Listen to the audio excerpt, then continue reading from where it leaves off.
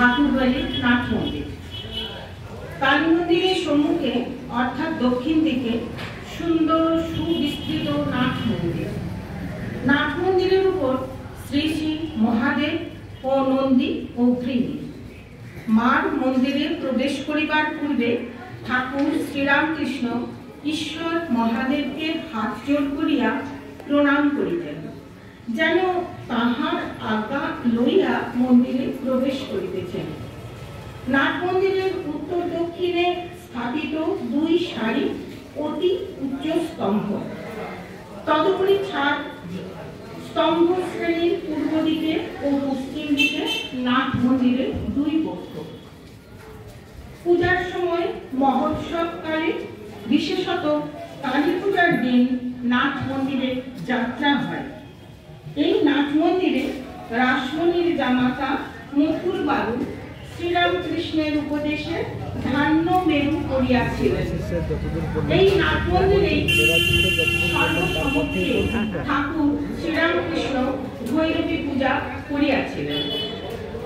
ভাড়া, কক্ষ ও অতিথিশালা বলিস্থান।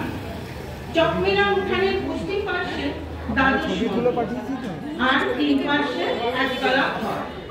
পূর্ব পার্শ্বের ঘরগুলির মধ্যে ভাড়া, লুচি ঘর, বিষ্ণুর ঘর, নৈবেদ্য ঘর, মায়ের ঘর, ঠাকুরের রান্নাঘর ও অতিথিশালা। সাধু যদি অতিথিশালায় না খান, তাহা হইলে দপ্তরখানায় খাজাঞ্চির কাছে যাইতে হয়। খাজাঞ্চি ভান্ডারীকে হুকুম দিলে সাধু ভাড়া হইতে সিধা লন। নাট মন্দিরের দক্ষিণে বলিদানের স্থান। বিষ্ণুঘর। বিষ্ণুঘরের রান্না নিরামিষ। কালীঘরের ভোগের ভিন্ন রন্ধনশালা। রন্ধনশালার সম্মুখে দাসীরা বড় বড় বটি লইয়া মাছ কুটিতেছে।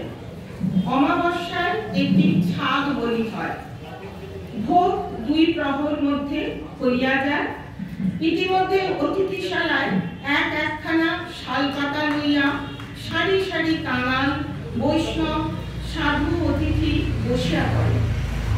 ব্রাহ্মণদের পৃথক স্থান করিয়া দেওয়া হয়।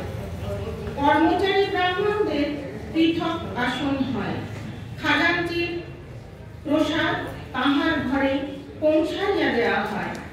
যানবাজারের বাবুরা আসিলে উঠিতে থাকেন, সেইখানে প্রসাদ পাঠানো হয়।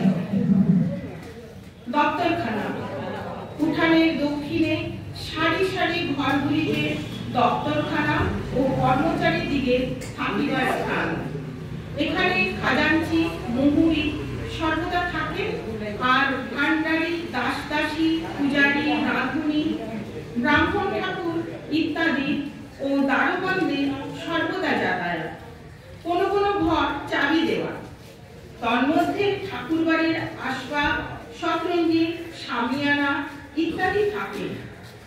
এই সারের কয়েকটা ঘর পরমহংসদেবের জন্মোৎসব উপলক্ষে ভাড়া ঘর করা হইত। তাহার দক্ষিণ দিকের ভূমিতে মহা মহোৎসবের রান্না হইত। উঠানের উত্তরে একতলা ঘরের শ্রেণী, তাহার ঠিক মাঝখানে দেউড়ি। চাঁদনি নেয় সেখানেও দারোগানরা পাহারা দিতেছে। উভয় স্থানে প্রবেশ করিবার পূর্বে বাহিরে জুতা রাখিয়া যাইতে হইবে।